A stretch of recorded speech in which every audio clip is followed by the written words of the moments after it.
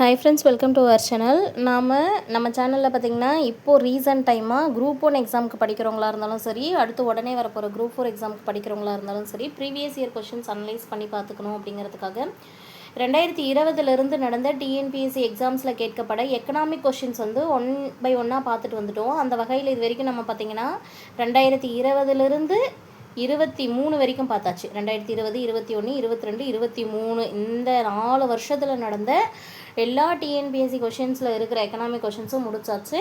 So இப்போ இந்த வீடியோவில் பார்க்க போகிறது வந்து பார்த்திங்கன்னா 2024 எத்தனை டிஎன்பிஎஸ்சி எக்ஸாம் நடந்திருக்கோ அதில் எல்லாத்துலேயும் மொத்தமாக வந்து 150 எக்கனாமிக் கொஷின்ஸ் வந்து எடுத்திருக்கேன். அந்த 150 எக்கனாமிக் கொஷின்ஸ் கேட்டிருக்காங்க. எப்படியெல்லாம் கேட்டிருக்காங்க, எந்த டாப்பிக்லேருந்து கொஷின்ஸ் ரிப்பீட்டாக கேட்குறாங்க, அடிக்கடி திரும்ப ஒரு டாப்பிக்லேருந்து கொஷின் வந்துகிட்டே இருக்கு, இதெல்லாம் நம்ம தெரிஞ்சுக்கணும் அப்படின்னா நம்ம ப்ரீவியஸ் இயர் கொஷின் பார்த்தே ஆகணும். ஸோ இந்த வீடியோ வந்து உங்களுக்கு ரொம்ப யூஸ்ஃபுல்லாக இருக்கும். வீடியோ ஃபஸ்ட்லேருந்து லாஸ்ட் வரைக்கும் ஸ்கிப் பண்ணாமல் பாருங்கள். ஃபஸ்ட்டு கொஷின் போயிடலாம்.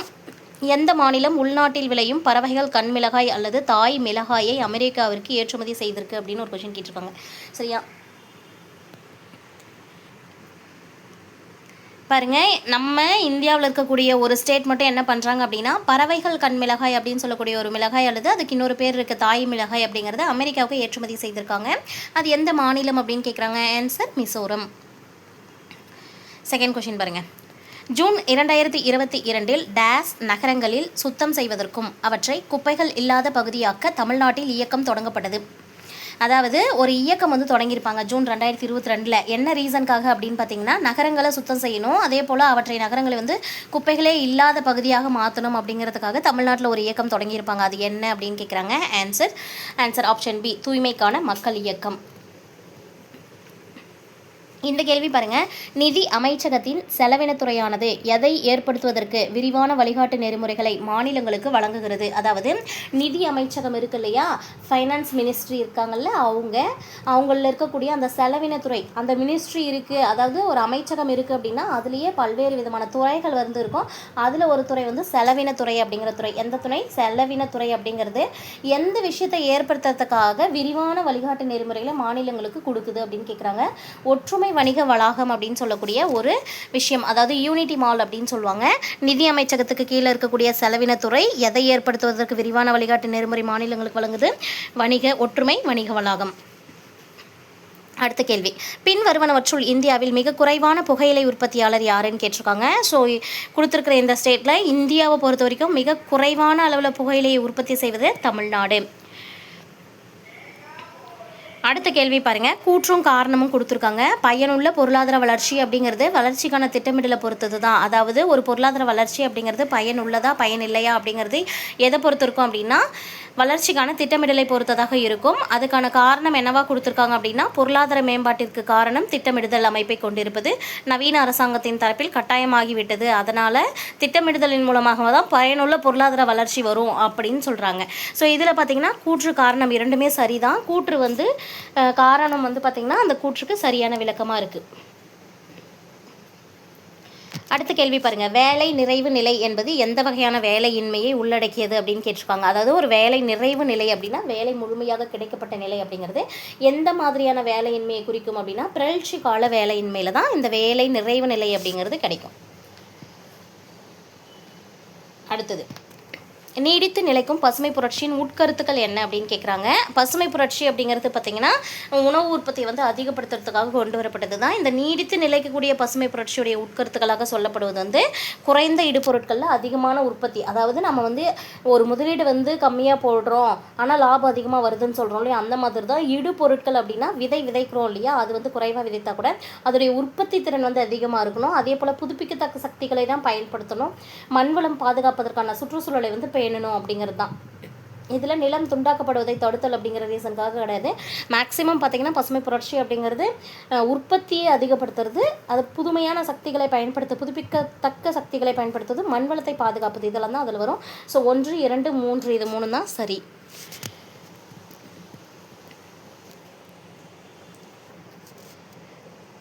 அடுத்த கேள்வி பாருங்கள். டேஸ் குழுவின் முக்கிய பணி என்பது இந்திய அரசாங்க செலவுக்காக பாராளுமன்றத்தால் ஒதுக்கப்பட்ட நிதிகளை ஆய்வு செய்வது. நமக்கு வந்து பல்வேறு குழுக்கள் இருக்கும். எதில் அப்படின்னு பார்த்தீங்கன்னா பாராளுமன்றத்தில் இருக்கக்கூடிய ஒரு குழு என்ன பண்ணுவாங்க அப்படின்னா, இந்திய அரசாங்க செலவுகள் இருக்கு இல்லையா, அந்த செலவுக்காகவே ஒதுக்கப்பட்ட நிதிகளை எல்லாம் பாராளுமன்றத்தில் ஆய்வு செய்கிறதுக்கு ஒரு குழு இருக்கும். கொஷின் நல்லா அண்டர்ஸ்டாண்ட் பண்ணிக்கோங்க. இந்திய அரசு வந்து ஒவ்வொன்றுத்துக்கும் ஒவ்வொரு அமௌண்ட்டை வந்து ஒதுக்கீடு செய்கிறாங்களா, அந்த மாதிரி இந்திய அரசாங்கம் வந்து தன்னுடைய செலவுகளுக்காக ஒதுக்குறது இல்லையா சில நிதிகள், அந்த ஒதுக்கக்கூடிய நிதிகளை ஆய்வு செய்வதற்கான குழு வந்து பாராளுமன்றத்தில் இருக்கக்கூடிய எந்த குழுன்னு கேட்குறாங்க. ஆன்சர் ஆப்ஷன் ஏ பாருங்கள், பொதுக்குழு, பொது கணக்கு குழு. பின் வருவனவற்றுள் எது சரக்கு மற்றும் சேவை வரியுடைய இயல்பு கிடையாது அப்படின்றாங்க. அதாவது ஜிஎஸ்டி வரி அப்படின்றத பொறுத்த வரைக்கும் அதோடைய இயல்புகள் என்னென்ன அப்படின்னு தெரிஞ்சு வச்சுக்கணும். பொருட்கள் மற்றும் சேவைகளின் அளிப்பின் மீது விதிக்கப்படுகிறது. பொருட்களும் சேவைகளும் ஒருத்தவங்களுக்கு, இப்போ நமக்கு வந்து ஒரு பொருளோ ஒரு சேவையோ தேவைப்படுது, மற்றவர்கள்கிட்ட அது நம்ம பெறுறோம் இல்லையா, அதுக்காக கொடுக்கறது தான். அதே போல் நாம் ஏதாவது பொருளையோ அல்லது சேவையோ மற்றவங்களுக்கு கொடுத்தோம்னா அவங்க நமக்கு தருவாங்க. சரியா, இது ஒருமுனை வரியா அப்படின்னு பார்த்தீங்கன்னா இது ஒரு ஒருமுனை வரி, அதாவது பல்முனை வரிக்கு மாற்றாக கொண்டு வரப்பட்டது இந்த ஜிஎஸ்டி.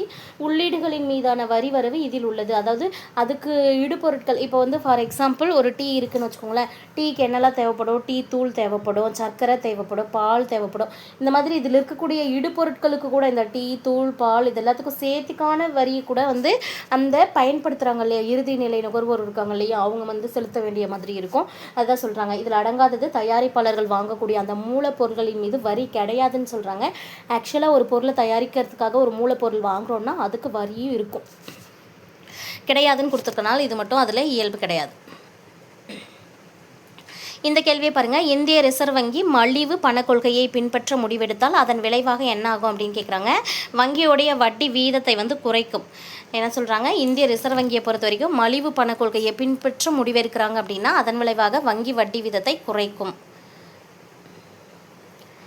ஒரு சமதர்ம பொருளாதார அமைப்பில் உற்பத்தி பகிர்வு மற்றும் தீர்வுகளை முடிவு செய்தது எவை அப்படின்னு கேட்குறாங்க. மத்திய திட்டக்குழு தான். ஒரு சமதர்ம பொருளாதார அமைப்பு இருக்குன்னா அதில் உற்பத்தி பகிர்தல் மற்றும் தீர்வுகளை முடிவு செய்வது எல்லாமே மத்திய திட்டக்குழு தான். சென்ட்ரல் பிளானிங் கமிஷன் தான் சமதர்ம பொருளாதார அமைப்புடைய உற்பத்தியையும் பகிர்வையும் தீர்வுகளையும் முடிவு செய்கிறாங்க.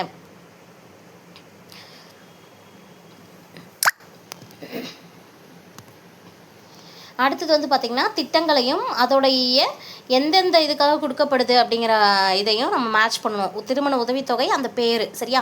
டாக்டர் தர்மாம்பாள் அம்மையார் அவங்க பேரில் கொடுக்கப்படுறது எதுக்கு அப்படின்னு பார்த்தீங்கன்னா விதவை மறுமணத்துக்கு. சரியா, டாக்டர் தர்மாம்பாள் அம்மையாரோட இது விதவை மறுமணத்திற்கு. EVR மணியம்மை நினைவு விருது வந்து நினைவு அந்த அமௌண்ட் யாருக்கு தராங்க, அந்த பேரில் EVR மணியம்மை அவங்களுடைய நினைவின் பேரில் தரப்படுறது வந்து ஏழை விதவை தாயின் பெண்களுக்கு. டாக்டர் முத்துலட்சுமி ரெட்டி நினைவு இதுங்கிறது வந்து பார்த்திங்கன்னா கலப்பு திருமணத்திற்கு. அன்னை தெரசா அப்படிங்கிறது வந்து அனாதை பெண்களுக்கு. இது எப்படி ஞாபகம் வச்சுக்கலாம் அப்படின்னு பார்த்தீங்கன்னா அன்னை தெராசா அனாதை ஞாபகம் வச்சுக்கோங்க. முத்துலட்சுமி ரெட்டி அப்படிங்கிறது வந்து ரெட்டின்னு வருதா, அதிலே கலந்து வருதா வேறு பேர், முத்துலட்சுமி ரெட்டி எல்லாம் வருது இல்லை, அதனால் கலப்பு திருமணம் ஞாபகம் வச்சுக்கோங்க. டாக்டர் தர்மாம்பாள் அம்மையார் அப்படிங்கிறது வந்து விதவை மறுமணம், அதாவது தர்மம் யாருக்கு செய்வாங்க அப்படின்னா விதவைகளுக்கு ஞாபகம் வைங்க. EVR மணியம்மை நினைவு அப்படிங்கிறது வந்து ஏழை அந்த மாதிரி ஞாபகம் வச்சுக்கோங்க. ஏழை விதவை தாயோடைய பெண்களுக்கு கொடுக்கப்படுறது. இது எல்லாமே திருமண உதவித்தொகை. நெக்ஸ்ட் கேள்வி பாருங்கள். இந்தியாவில் டேஸ் பள்ளிகளின் அடிப்படை கல்வி தேவையை பூர்த்தி செய்வதற்கே கரும்பலகை திட்டம் செயல்படுத்தப்பட்டது அப்படின்னா இந்தியாவில் இருந்த ஆரம்ப பள்ளிகளுடைய அடிப்படை தேவைகளை பூர்த்தி செய்வதற்காக கரும்பலகை திட்டம் கொண்டு வரப்பட்டது.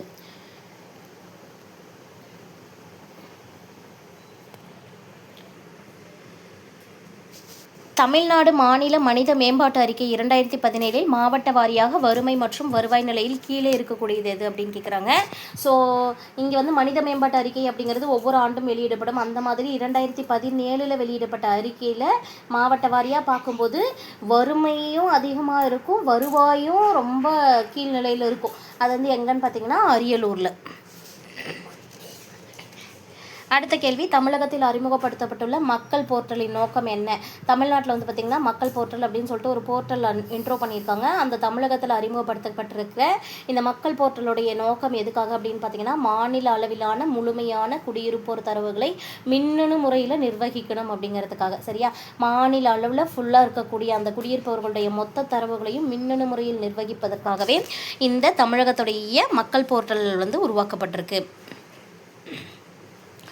ஸ்டெப் என்பது பெண்களுக்கு பயிற்சி மற்றும் டேஸுக்கான ஆதரவை குறிக்கிறது அப்படின்னா பெண்களுக்கு தேவையான பயிற்சிகளையும் வேலைவாய்ப்பையும் அதுக்கான ஆதரவை குறிக்கக்கூடியதே ஸ்டெப்பு திட்டம். சரியா? அடுத்த கேள்வி, அட்டவணை 1ஐயும் அட்டவணை 2ஐயும் மேட்ச் பண்ண சொல்லியிருக்காங்க. சரியா? அட்டவணை 1ஐயும் 2ஐயும் மேட்ச் பண்ணணும். ஸோ அப்படி மேட்ச் பண்ணும்போது பார்த்திங்கன்னா ஃபஸ்ட்டு இருக்கக்கூடியது பேட்டி பச்சோ பேட்டி பத்தோ. இந்த பேட்டி பச்சோ பேட்டி பத்தோ அப்படிங்கிறது வந்து பாலின விகித முன்னேற்றம் மற்றும் பெண் கல்வியை உறுதிப்படுத்துவதற்காக கொண்டு வரப்பட்டது. அடுத்தது பார்த்திங்கன்னா பெண் குழந்தைகளை, அதாவது அதோடைய நோக்கமே என்னென்னு பார்த்திங்கன்னா பெண் குழந்தைகளை பாதுகாப்போம், பெண் குழந்தைகளுடைய கல்வியை வந்து வளர்ப்போம் அப்படிங்கிறது தான் பேட்டி பச்சோ பேட்டி பதோ, பாலின விகித முன்னேற்றமும் பெண் கல்வியை உறுதிப்படுத்துவதும். அடுத்தது வந்து பார்த்திங்கன்னா RGSEAG அப்படிங்கிறது எதுக்காக வரும்னு பார்த்திங்கன்னா வளர் இளம் பருவ பெண்களுடைய ஒட்டுமொத்த முன்னேற்றத்திற்கு. IGMSY அப்படிங்கிறது வந்து கருவுற்ற மற்றும் பாலூட்டும் பெண்களுக்கான பண உதவி தருவதற்கு. உஜாவாலா திட்டம் அப்படிங்கிறது வந்து பார்த்திங்கன்னா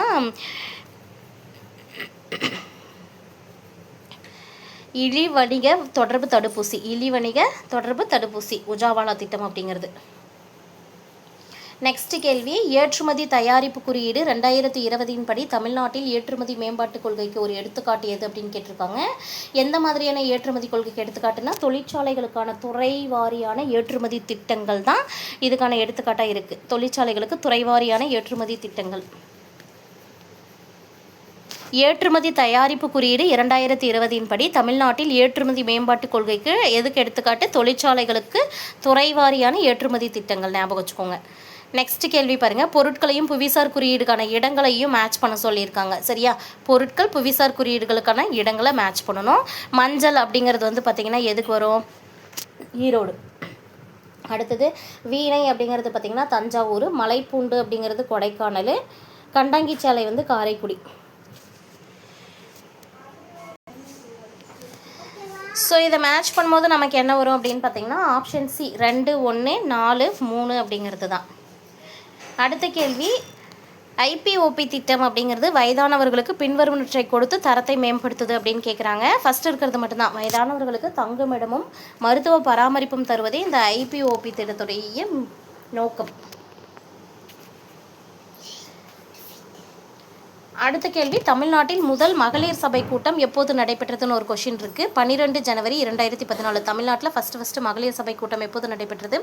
12 ஜனவரி 2014. இந்தியாவில் மாவட்ட அளவில் ஏற்றுமதியை ஊக்குவிக்க மாவட்ட அளவில் ஏற்றுமதி வளர்ச்சி குழுக்கள் அமைக்கப்பட்ட நிலையிலே இதனை அமைக்காத இந்திய மாநிலமும் இருக்குது. அது எது அப்படின்னு கேட்டிருக்காங்க? மேற்கு வங்காளம். இந்தியாவில் மாவட்ட அளவில் ஒவ்வொரு மாவட்டமே ஏற்றுமதியை ஊக்குவிக்கணுங்கிறதுக்காக மாவட்ட அளவிலான ஏற்றுமதி வளர்ச்சி குழுக்கள் அமைக்கப்பட்டிருக்கு. பட் மேற்கு வங்காளத்தில் மட்டும் பார்த்திங்கன்னா இந்த மாதிரி குழுக்கள் அமைக்கப்படலை. சர்வதேச அளவில் மக்கள் நல அவசரம் கருதி உலக சுகாதார நிறுவனம் அறிவித்த நோயுடைய பெயர் என்ன? அதாவது சர்வதேச அளவில் மக்களுடைய நலத்தை வந்து அவசரமாக கருதி உலக சுகாதார நிறுவனம் வந்து ஒரு நோயை அறிவிச்சிருந்திருப்பாங்க. சரியா? அந்த நோய் பேர் என்ன அப்படின்னு கேட்டிருக்காங்க. மங்கி பாக்ஸ், அதாவது குரங்கம்மை அப்படிங்கிற நோய் தான். கிராம பெண்களை மேம்படுத்துவதற்கான மகளிர் திட்டத்தின் 4 முக்கிய கூறுகளில் எதெல்லாம் வரும் அப்படின்னு கேட்குறாங்க. சமூகம், அரசியல், பொருளாதாரம் மற்றும் கல்வி. இது எல்லாமே வரும். சமூகம், அரசியல், பொருளாதாரம், கல்வி. ஆப்ஷன் சியில் இருக்கக்கூடியது வரும். அடுத்த கேள்வி, தானியங்கி தொழில்நுட்பத்தின் தொழிற்சாலைகளில் பயன்படுத்தும் போது ஏற்படும் வேலையின்மைக்கு என்ன பேர் அப்படின்னு கேட்டிருக்காங்க. கட்டமைப்பு வேலையின்மை. தானியங்கி தொழில்நுட்பத்தின் மூலமாக தொழிற்சாலைகளில் வேலைகள் இல்லாமல் போகுது இல்லையா, அது கட்டமைப்பு வேலையின்மை. சரியா? அவங்களுடைய இன்ஃப்ராஸ்ட்ரக்சரை வந்து அவங்க இம்ப்ரூவ் பண்ணுறதுனால வேலை இல்லாமல் போகுதில்ல, அதனால தான் அதுக்கு பேர் கட்டமைப்பு வேலையின்மை.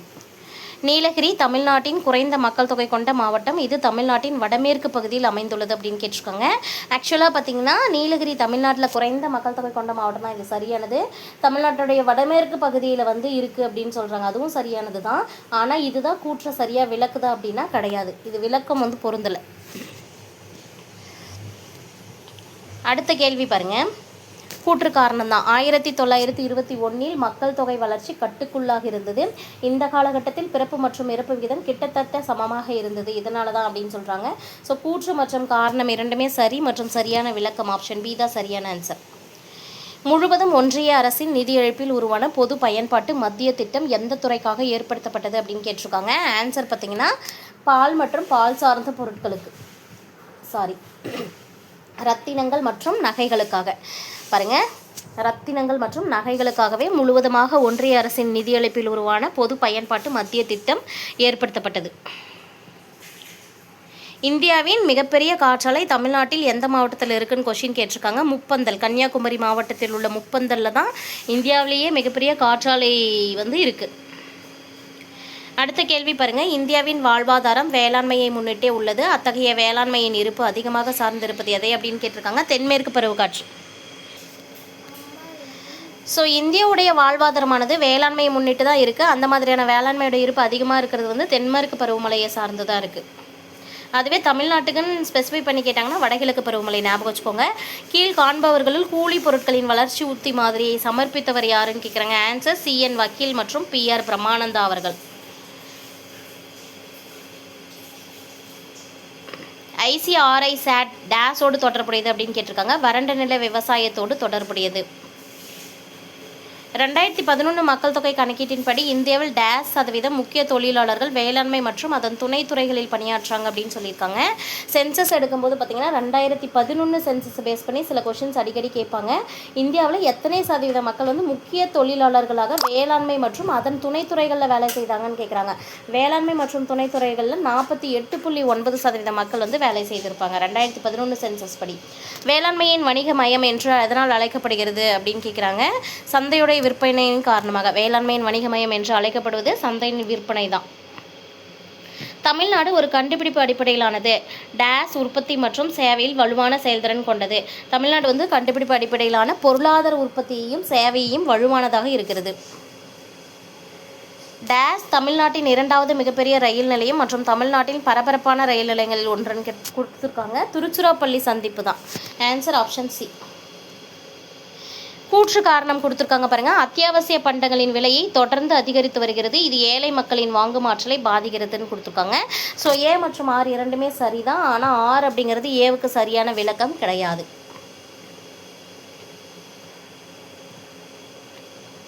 நெக்ஸ்ட் கேள்வி பாருங்கள். எது ஒன்று பொதுத்துறை கிடையாதுன்னு கொடுத்துருக்காங்க. கொடுத்துருக்கிறதுல இந்த NLC, SAIL, BSNLலாம் பார்த்திங்கன்னா பொதுத்துறை நிறுவனம்.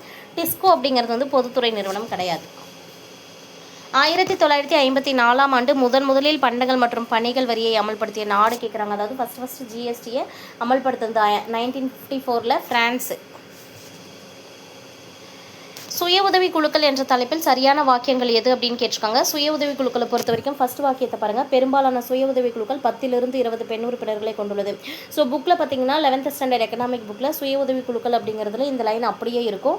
சுய உதவி குழுக்கள் சிறு சேமிப்பை அதிகரிக்கிறதுன்னு கொடுத்துருக்காங்க. இதுவும் சரியானது. சுய உதவி குழுக்கள் தங்களை தாங்களே நிர்வகித்துக் கொள்ள முடியாதுன்னு கொடுத்துருக்காங்க. ஆக்சுவலாக தங்களை தாங்களே நிர்வகித்துக் கொள்ள முடியும். இதுதான் அதோடைய சிறப்பம்சமே. ஸோ 1 மற்றும் 2 தான் சரி. மேற்கு வங்காளத்தில் உள்ள வங்காள இரும்பு தொழில் கம்பெனியானது எந்த ஆண்டு நிறுவப்பட்டதுன்னு கேட்குறாங்க. 1870. சரியா? மேற்கு வங்காளத்தில் இருக்கக்கூடிய வங்காள இரும்பு தொழில் கம்பெனி நிறுவப்பட்டது 1870. தமிழ்நாட்டின் மக்கள் தொகை அடர்த்தி குறைவாக இருக்கக்கூடிய மாவட்டம் எது அப்படின்னு சொல்லி கேட்டிருக்காங்க. ஆன்சர் பார்த்திங்கன்னா நீலகிரி மாவட்டம். மக்கள் தொகை அடர்த்தி குறைவான மாவட்டம் நீலகிரி. புரட்சியையும் அதோட உற்பத்திகளையும் மேட்ச் பண்ண சொல்லியிருக்காங்க. ஒவ்வொரு புரட்சிக்கும் ஒவ்வொரு உற்பத்திக்கான ஒரு பேர் இருக்கும். தங்க நூல் இலை புரட்சி அப்படிங்கிறது பார்த்திங்கன்னா சணல் உற்பத்தி. வெள்ளி இலை புரட்சி அப்படிங்கிறது பருத்தி உற்பத்தி. சாம்பல் புரட்சி அப்படிங்கிறது உரங்களுக்கானது. நீல புரட்சி அப்படிங்கிறது மீன்களுக்கானது. மேட்ச் பண்ணும்போது 3, 4, 1, 2 ஆப்ஷன் D தான் ஆன்சர். கூற்று காரணமாக ஒரு கேள்வி கொடுத்துருக்காங்க பாருங்கள். இந்தியாவின் முதல் மக்கள் தொகை கணக்கெடுப்பு 1872 தொடங்கப்பட்டது. ஆனால் முழுமையான முதல் மக்கள் தொகை கணக்கெடுப்பு 1881 தான் மேற்கொள்ளப்பட்டது. AR ரெண்டுமே சரி மற்றும் சரியான விளக்கம். மாவட்ட திறன் கமிட்டியுடைய தலைமையாக யார் இருப்பாங்கன்னு கேட்குறாங்க. மாவட்ட ஆட்சியர், அதாவது கலெக்டர். தேசிய ஜல்ஜீவன் இயக்கத்தின் இயக்குநராக இருப்பவர் யாருன்னு கேட்குறாங்க. மனோஜ்குமார் சாஹூ. விரைவு நீதிமன்றங்கள் டேஸ் பரிந்துரையின் பேரில் ஏற்படுத்தப்பட்டிருக்கிறது. அதாவது விரைவு நீதிமன்றங்கள் ஏற்படுத்துவதற்கு பரிந்துரை செய்தது 11வது நிதி ஆணையம். Answer option A. 1953ஆம் ஆண்டில் மாநில மறுசீரமைப்பு ஆணையத்துடைய தலைவராக இருந்தது யாருன்னு கேட்குறாங்க. பசல் அலி. 2வது 5 ஆண்டு திட்டம் டேஸ் அதிக முன்னுரிமை அளிக்கிறதுன்னு கேட்டிருக்காங்க. தொழில் மயமாக்கலுக்கு அதிக முன்னுரிமை. அதுவே வேளாண்மைக்கு அப்படின்னா முதல் 5 ஆண்டு திட்டம்.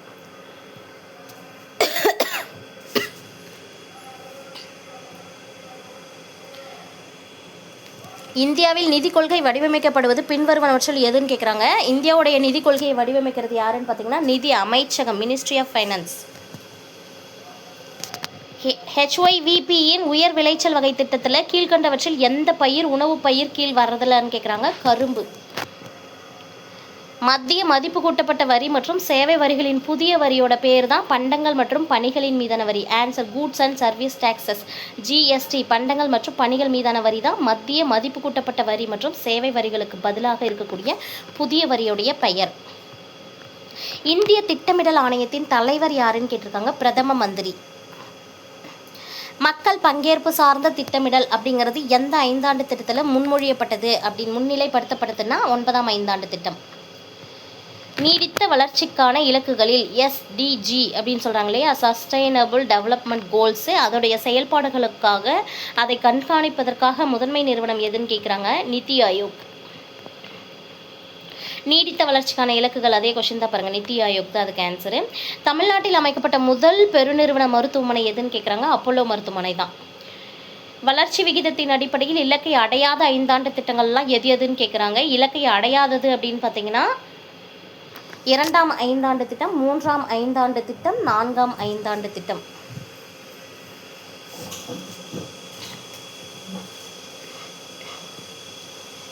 இந்திய அரசு முதல் தொழிற்கொள்கையை அறிவித்த ஆண்டு எது அப்படின்னு கேட்குறாங்க. ஃபஸ்ட்டு இந்திய அரசு தொழிற்கொள்கையை அறிவித்த ஆண்டு 1948 ஏப்ரல் 6. இந்தியாவில் உள்ள வரிகள் என்னென்ன இருக்குது அப்படின்னு பார்த்தீங்கன்னா நேர்முக வரிகள், மறைமுக வரிகள் ரெண்டுமே இருக்குது, A and B. பண்டங்கள் மற்றும் பணிகள் வரி இந்திய பாராளுமன்றத்தில் எந்த ஆண்டு நிறைவேற்றப்பட்டதுன்னு கேட்குறாங்க. 2017 மார்ச் 29. இந்த ஜூலை 1, 2017 நடைமுறைக்கு வந்தது. ஞாபகம் வச்சுக்கோங்க, இதுவும் அடிக்கடி கொஷின் கேட்பாங்க. நடைமுறைக்கு வந்தது ஜூலை 1, 2017. பின்னல் ஆடைகளை ஏற்றுமதி செய்யும் திருப்பூரின் வேறு பெயர் என்ன அப்படின்னு கேட்குறாங்க. பின்னல் ஆடைகளின் நகரம். சரியா. ஆசியாவின் டெட்ராய்டு என்று அழைக்கப்படுவது எது அப்படின்னு பார்த்தீங்கன்னா சென்னை. எஃகு நகரம் என்று அழைக்கப்படுவது பெங்களூரு. நூல் கிண்ணம் என்று அழைக்கப்படுவது தமிழ்நாடு. இந்த கேள்வி பாருங்கள், தமிழ்நாட்டில் அதிக பரப்பளவில் காடுகளை கொண்ட மாவட்டம் எது அப்படின்னு கேட்டிருக்காங்க. இது பழைய டேட்டா. ஸோ இப்போ இருக்கிறது பார்த்திங்கன்னா ஈரோடு. ஆன்சர் ஈரோடு. தமிழகத்தின் கனவு தமிழகத்தை $1 trillion பொருளாதாரமாக மாற்றுவதே எங்கள் பார்வை. அவை இவற்றை பாதிக்காமல் இருக்கணும்னு சொல்லியும் ஒரு இது கொடுத்துருப்பாங்க. மகிழ்ச்சியும் சுற்றுச்சூழலையும் மக்களின் வாழ்வாதாரத்தையும் பாதிக்கக்கூடாது. மகிழ்ச்சி, சுற்றுச்சூழல் மற்றும் மக்களுடைய வாழ்வாதாரம் பாதிக்கப்படாதவாறு தமிழகத்தின் கனவாக தமிழகத்தின் $1 trillion பொருளாதாரத்தை மாற்றணும். சமக்கர சிக்ஷா அபியான் திட்டத்துடைய நோக்கம் என்ன அப்படின்னு பார்த்தீங்கன்னா பொதுக்கல்வியோடு சேர்த்து தொழிற்கல்வியும் இணைக்கணும் அப்படிங்கிறது தான். கூற்று காரணமாக ஒரு கொஷின் கொடுத்துருக்காங்க பாருங்கள். கீழ்கண்ட வாக்கியங்களை கவனி அப்படின்னு சொல்லிட்டு. இந்தியாவில் உற்பத்தி செய்யும் திட்டம் 2014 அறிமுகமானது. இதன் முக்கிய நோக்கம் உள்நாட்டு உற்பத்தி துறையை ஊக்குவிப்பது மற்றும் நாட்டிற்கான முதலீடுகளை அதிகரிப்பது. ஸோ ஆன்சர் என்ன வரும்னு பார்த்தீங்கன்னா A மற்றும் R இரண்டும் சரி மற்றும் சரியான விளக்கம். எந்த தொழிற்கொள்கையானது இந்தியாவில் MRTP 1969 சட்டத்தை ஒழித்ததுன்னு கேட்டிருக்காங்க. 1991ஆம் ஆண்டு தொழிற்கொள்கை தான் MRTP 1969வது தொழிற்கொள்கை சட்டத்தை ஒழித்தது. உழவர் கடன் அட்டை KCC, அதாவது கிசான் கிரெடிட் கார்டு அப்படின்னு சொல்லுவாங்க. 1998 யார் தொடங்கினாங்கன்னு கேட்குறாங்க. மைய வங்கியும் நபார்டு வங்கியும் சேர்ந்து தான் இந்த கிசான் கிரெடிட் அட்டையை தொடங்கியிருப்பாங்க.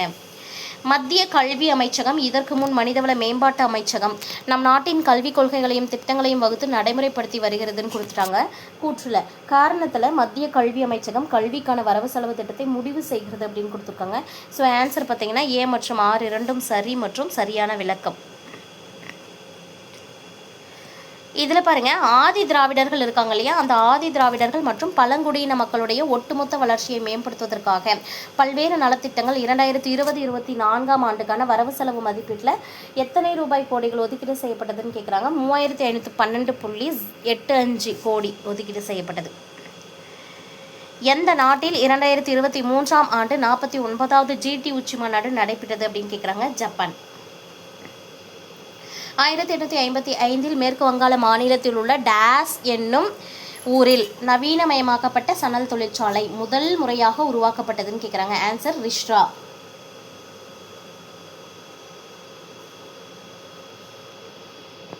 மனித மேம்பாட்டு குறியீட்டில் அதிகமான புள்ளிகள் பெற்ற நாடுகளை மேலிருந்து கீழாக வரிசைப்படுத்துன்னு சொல்லிட்டாங்க. சரியா? ஸோ அதிக புள்ளிகள்னா அதிகமானது எது, குறைவானது எது, அதை விட குறைவு இப்படி தான் பார்க்கணும். ஸோ அப்படி பார்க்கும்போது ஃபஸ்ட்டு வந்து நார்வே, அப்புறம் ஆஸ்திரேலியா. ஃபஸ்ட்டு நார்வே, அப்புறம் ஆஸ்திரேலியா, அதற்கு பிறகு சுவிட்சர்லாந்து, அப்புறம் தான் இந்தியா. இந்தியாவோட இடம் 4வது இடம். தவறானதை கண்டுபிடிக்க சொல்லியிருக்காங்க. வேளாண் வருமான வரி வந்து மாநிலங்களுக்கானது. நிலம் மற்றும் கட்டிடங்கள் மீதான வரியும் மாநிலங்கள் தான். இந்த மின்சார நுகர்வு அல்லது விற்பனைக்கான வரியும் நில வருவாயும் ஒன்றிய அரசு கொடுத்துருக்காங்க. இது வராது.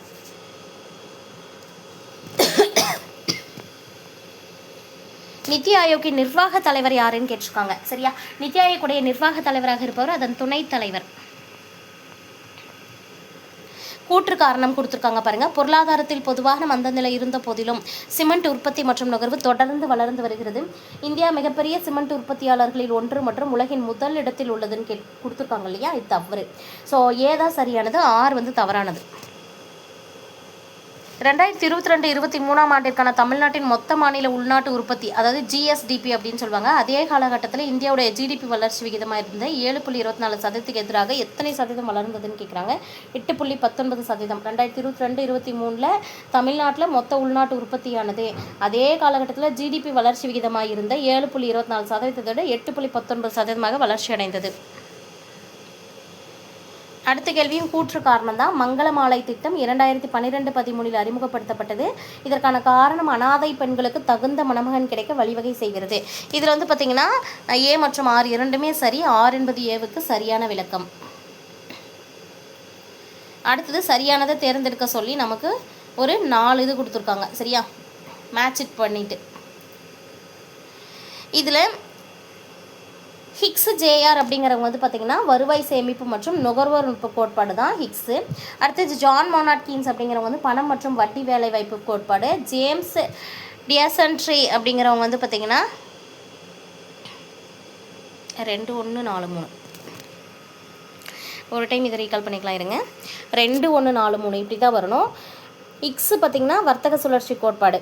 ஜான் மோனாட் கீன்ஸு பணம் மற்றும் வட்டி வேலைவாய்ப்பு கோட்பாடு. ஜேம்ஸ் டியசன்பரி அப்படிங்கிறவங்க வருவாய் சேமிப்பு மற்றும் நுகர்வோர் நடத்தை கோட்பாடு. சாவ்ஜிகே அப்படிங்கிறவங்க வந்து பேரியல் பொருளாதார கொள்கை மற்றும் கோட்பாடுகள். அடுத்த கேள்வி, இந்திய அரசால் தொடங்கப்பட்ட ஒரு மாவட்டம் ஒரு தயாரிப்பு திட்டத்தின் அடிப்படை நோக்கம் என்னன்னு கேட்டிருக்காங்க. வேலைவாய்ப்புகளை உருவாக்குவது, கிராமப்புற கைவினைஞர்கள் மற்றும் தொழில் முனைவோர்களுடைய வருமானத்தை அதிகரிப்பது. அடுத்தது கூற்று காரணம் தான் கொடுத்துட்டாங்க. இந்தியாவில் 1990களிலிருந்து மகப்பேறு இறப்பு விகிதம் குறைந்தே காணப்படுகிறது. இதற்கான காரணமாக தேசிய சுகாதார திட்டங்கள் மற்றும் அதனை கடைபிடிப்பது அப்படின்னு கொடுத்துட்டாங்க. ஸோ இரண்டுமே சரியானது மற்றும் சரியான விளக்கம். உழவன் கைபேசி பயன்பாட்டின் சரியான கூற்று எது அல்லது எவை அப்படின்னு கொடுத்துருக்காங்க. ஸோ இதுக்கு வந்து ஆன்சர் வந்து நமக்கு டிஎன்பிஎஸ்சியில் கொடுக்கல.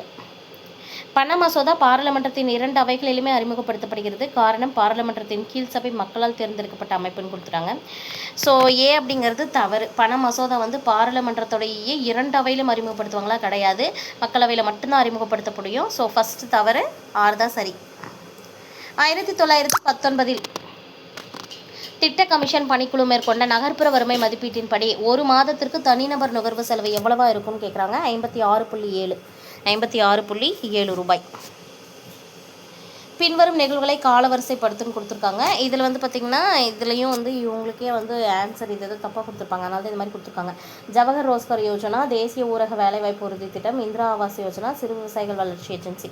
இதில் வந்து பார்த்திங்கன்னா குரோமில் போயிட்டு இதுக்கான வருஷம் என்ன அப்படிங்கிறத மென்ஷன் பண்ணி நீங்கள் நோட் பண்ணி வச்சுக்கோங்க. அடுத்தது எது தவறாக பொருந்திருக்கு அப்படின்னு சொல்லி கேட்டிருக்காங்க. 1, 3 தவறாக பொருந்திருக்கு. அதாவது இந்த டிபிஇபி மாவட்ட முதன்மை கல்வி திட்டம் அப்படிங்கிறதும் என்சிஏஆர்இஆர் அப்படிங்கிறதும் தவறாக பொருந்திருக்கு. மற்றபடி மீது 2 என்சிஏஆர்டியும் சிஎஸ்ஐஆரும் சரியாக பொருந்திருக்கு. அடுத்தது பாருங்கள், பொருத்த சொல்லியிருக்காங்க. ஐடிபிஐ பேங்க் வந்து எப்போ தொடங்கப்பட்டது அப்படின்னு பார்த்தீங்கன்னா 1976. நபார்டு வங்கி தொடங்கப்பட்டது 1982. விவசாய மறுகடன் மேம்பாட்டுக் கழகம் 1963. மாநில நிதி கழகங்கள் 1951.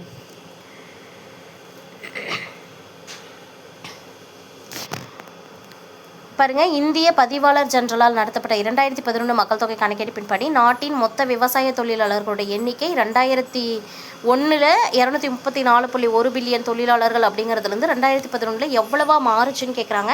263.1 அப்படிங்கிறது ஆன்சர். பின்வருவனற்றுள் தேசிய வேளாண் தொழில்நுட்ப திட்டத்துடைய முக்கிய குறிக்கோள் எது அப்படின்னு கேட்டிருக்காங்க. 2ஆவதா இருக்கிறது மட்டும், அதாவது இயற்கை வளங்களுடைய அடிப்படையை பாதுகாப்பது மற்றும் வளங்களுடைய உற்பத்தி திறனை மேம்படுத்துவது தான். நெக்ஸ்ட் கூற்று காரணம் ஜிஎஸ்டியை பற்றி கொடுத்துருக்காங்க. ஜிஎஸ்டி என்பது சுதந்திர இந்தியாவின் ஒரு முக்கிய சீர்திருத்தம். இது கூட்டுறவு கூட்டாட்சியின் உணர்வை வெளிப்படுத்துகிறது. அதுக்கான காரணமாக என்ன கொடுத்துருக்காங்க, ஜிஎஸ்டி கவுன்சிலால் நிர்வகிக்கப்படுகிறது. அங்கு மாநிலங்கள் சில பங்குதாரர்களாக உள்ளன. ஸோ ரெண்டுமே வந்து சரி. ஏ மற்றும் ஆர் இரண்டும் சரி. ஆர் என்பது சரியான விளக்கம். அடுத்த கேள்வி, பின்வருவனவற்றுள் எது மறைமுக வரிக்கு உதாரணம் கிடையாதுன்னு கொடுத்துருக்காங்க. வருமான வரி வந்து எதுனா நேர்முக வரியில் வரும். ஸோ மற்ற எல்லாமே மறைமுக வரி தான். ஜிஎஸ்டி, சுங்க வரி, கலால் வரி எல்லாம் மறைமுக வரி. பின்வரும் கூற்றுகளில் இந்திய பொருளாதாரத்திற்கு பொருத்தமானது மட்டும் கேட்டிருக்காங்க. இந்திய பொருளாதாரம் ஒரு கலப்பு பொருளாதாரம். இதில் பார்த்திங்கன்னா கலப்பு பொருளாதாரம் தனியார் துறைகளுக்கு எண்ணற்ற ஊக்கங்களை அளிக்காமல் அதிகமான கட்டுப்பாடுகள் விதிக்கிறது, அது வராது. அரசு கட்டுப்பாட்டின் கீழே இல்லாத பொருளாதார துறைகளும் இங்கு இலக்கு நிர்ணயிக்கப்படுகிறது, இது கிடையாது. ஸோ கலப்பு பொருளாதாரம் அப்படிங்கிறது மட்டும்தான் சரியாக வரும். பியூரா திட்டம் எதுக்காக உருவாக்கப்பட்டது அப்படின்னு கேட்குறாங்க. பியூரா திட்டம் அப்படிங்கிறது பார்த்திங்கன்னா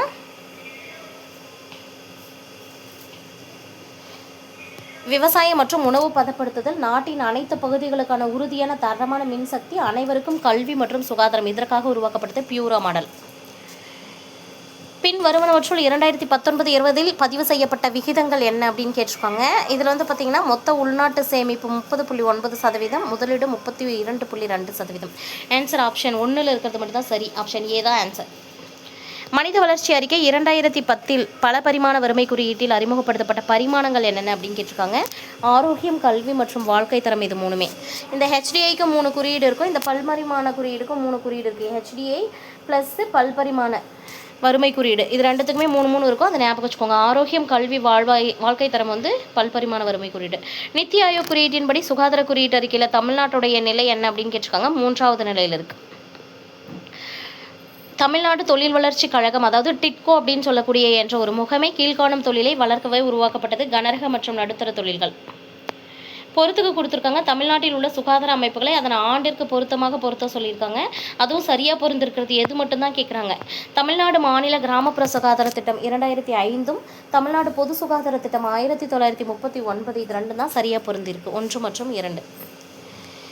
டேஸ் என்னும் அமைப்பு மக்கள் நல்வாழ்வு மற்றும் சுகாதாரத்துறை அல்லது கல்வித்துறையின் கீழே செயல்படுகிறது. குழந்தை நெறிப்படுத்தும் சிகிச்சை மையம். டேஸ் என்னும் அமைப்பு மக்கள் நல்வாழ்வு மற்றும் சுகாதாரத்துறை அல்லது கல்வித்துறையின் கீழே செயல்படுகிறது. குழந்தை நெறிப்படுத்தும் சிகிச்சை மையம்.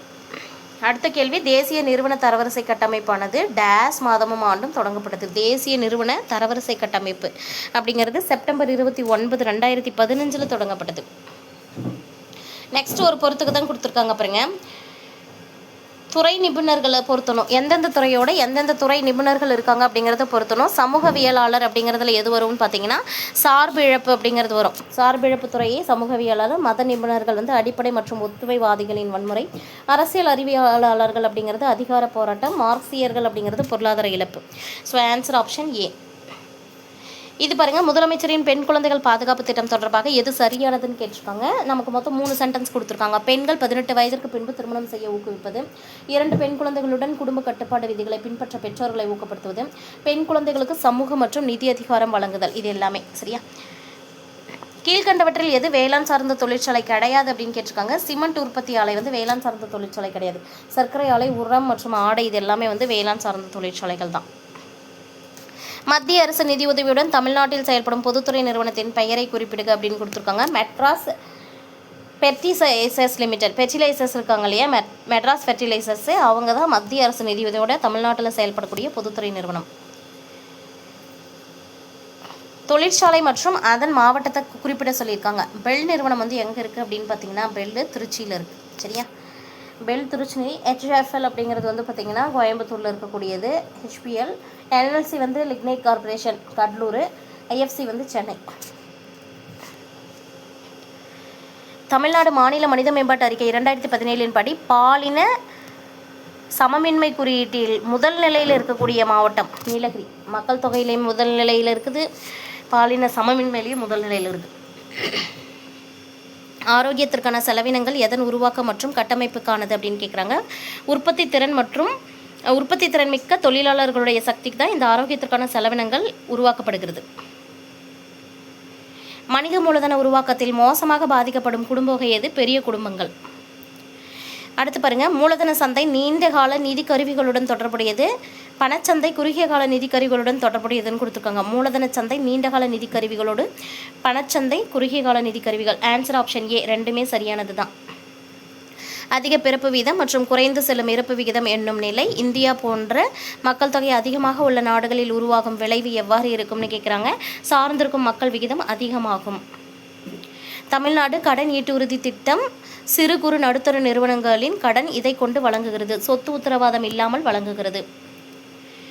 அடுத்தது பாருங்கள், எதெல்லாம் வந்து சரியாக இருக்குன்னு பாருங்களேன். ஜேஆர்ஒய் அப்படின்னா ஜவஹர் ரோஸ்கர் யோஜனா, என்ஆர்இபி அப்படிங்கிறது national rural employment programme, PURA அப்படிங்கிறது providing urban amenities in rural areas, HDA அப்படிங்கிறது human being development India index அப்படின்னு கொடுத்துருக்காங்க.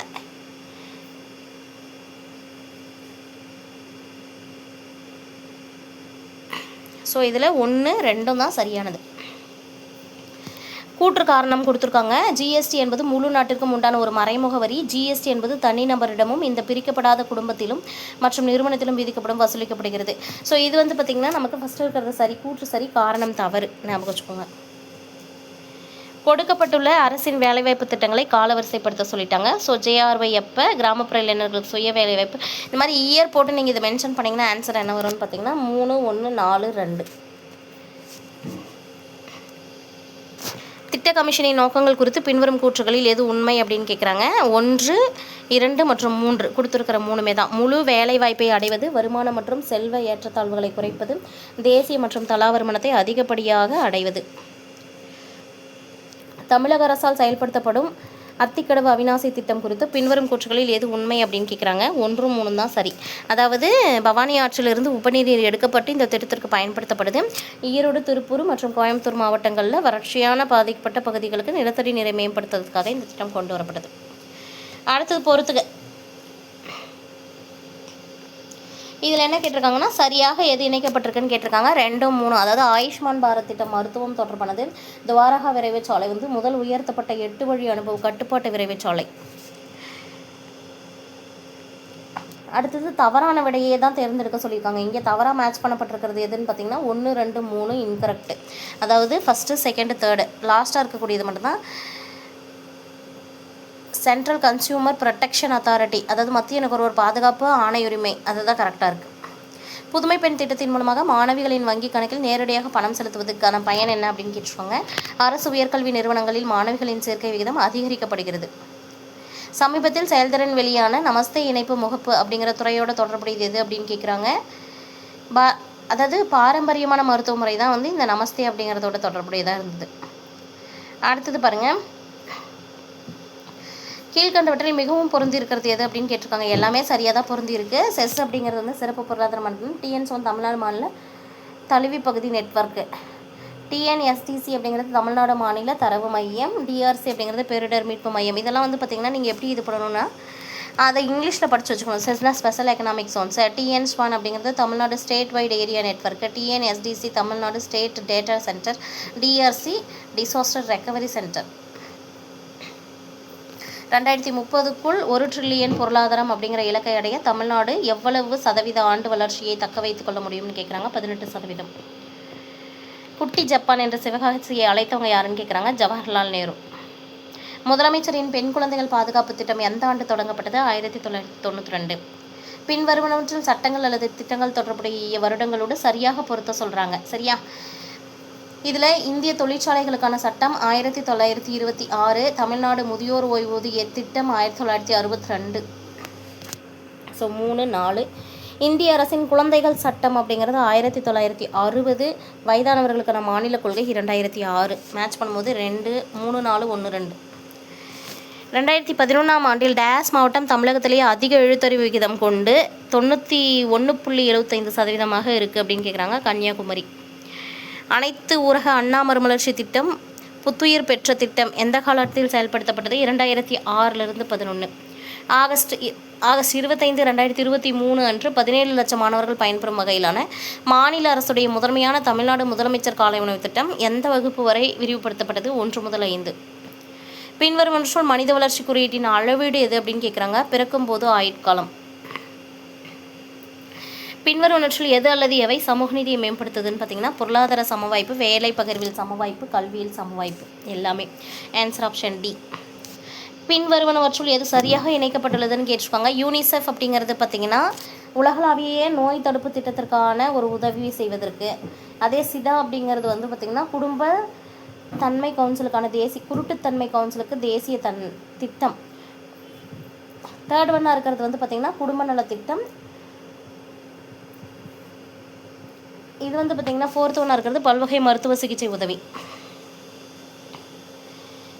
பொது வாழ்க்கை முறையில் கீழ் தமிழ்நாடு அரசு அதன் ஒரு நலத்திட்டத்தின் அடிப்படையில் பொதுமக்களுக்கு அத்தியாவசிய உணவு பண்டங்கள் மலிவு விலையில் கொடுக்குது. அதுக்கான காரணமாக இந்திய உணவு பொருளாதார கொள்கையின் அடிப்படையில் வறுமையை ஒழிக்க நோக்கத்தோடு தான் அத்தியாவசிய பண்டங்களை வழங்குதுன்னு கொடுத்துருக்காங்க. ஸோ இதில் பார்த்திங்கன்னா கூற்று காரணம் இரண்டுமே சரி மற்றும் கூற்றுக்கு வந்து காரணம் சரியாக விளக்கமாக இருக்குது. பின்வரும் நிகழ்வுகளை காலவரிசைப்படுத்து அப்படின்னு சொல்லிட்டு கமிட்டிக்கு கொடுத்துருக்காங்க. இந்த கமிட்டியோட இயர் வந்து நீங்கள் சர்ச் பண்ணி பார்த்தீங்கன்னா ஆன்சர் வந்து பார்த்திங்கன்னா ஆப்ஷன் சி 2, 3, 1, 4ன்னு வரும். தேசிய மக்கள் தொகை கொள்கை 2000 இருக்கு இல்லையா, அதில் எதெல்லாம் உண்மை அப்படின்னு கேட்டிருக்காங்க. மொத்தம் 3 கொடுத்துருக்காங்க. இதில் ஃபஸ்ட்டு 2 உண்மை. கொள்கையின் உடனடி நோக்கம் அப்படிங்கிறது சுகாதார உள்கட்டமைப்பு மற்றும் சுகாதார பணியாளர்களின் தேவைகளை பூர்த்தி செய்வது. நடுத்தர கால நோக்கம் 2010ஆம் ஆண்டிற்குள் கருவுறுதலின் விகிதத்தை மாற்று நிலையளவு குறைப்பது.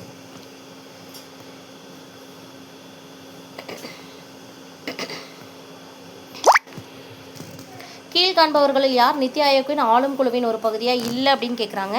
ஸோ இதில் வந்து பார்த்திங்கன்னா ஆப்ஷன் ஏ 2 மட்டும்தான். அனைத்து மாநிலங்களுடைய ஆளுநர்கள் வந்து இதில் பகுதியாக இருக்க மாட்டாங்க. முதலமைச்சர்கள், யூனியன் பிரதேசம், லெப்டினன்ட் ஆளுநர்கள், டெல்லி மற்றும் புதுச்சேரி நீங்களாக இருப்பாங்க. தேசிய மக்கள் தொகை கொள்கை இருக்கு இல்லையா 2020, அது எது உண்மை அப்படின்னு பார்த்தீங்கன்னா ஃபர்ஸ்ட் 2 தான் உண்மை.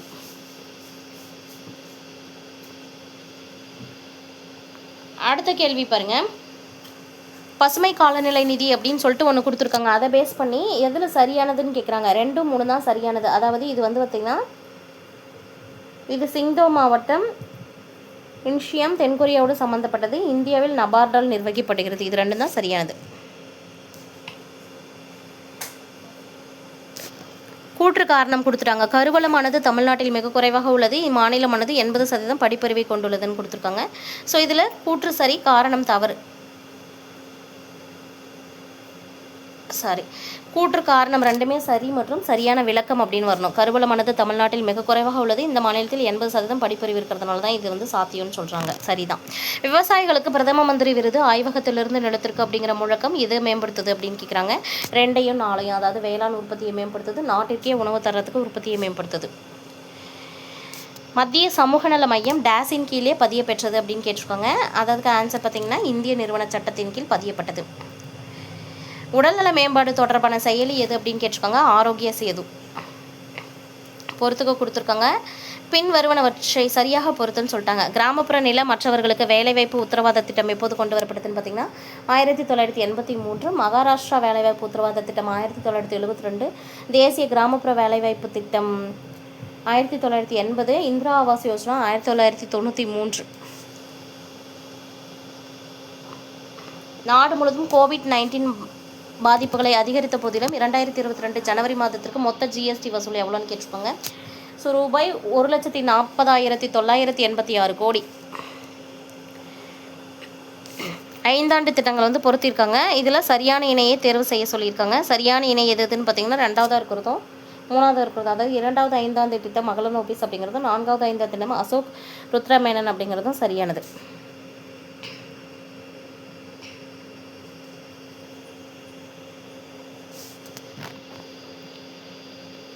ஸோ இதோட வந்து 150 கேள்விகள் பார்த்துருக்கோம். இந்த வீடியோவில் மட்டும் நம்ம எத்தனை கொஷின்ஸ் பார்த்தோம் அப்படின்னா 150 கேள்விகள். 2020லிருந்து 2024 வரைக்கும் எக்கனாமிக் கொஷின்ஸ் பார்த்தாச்சு.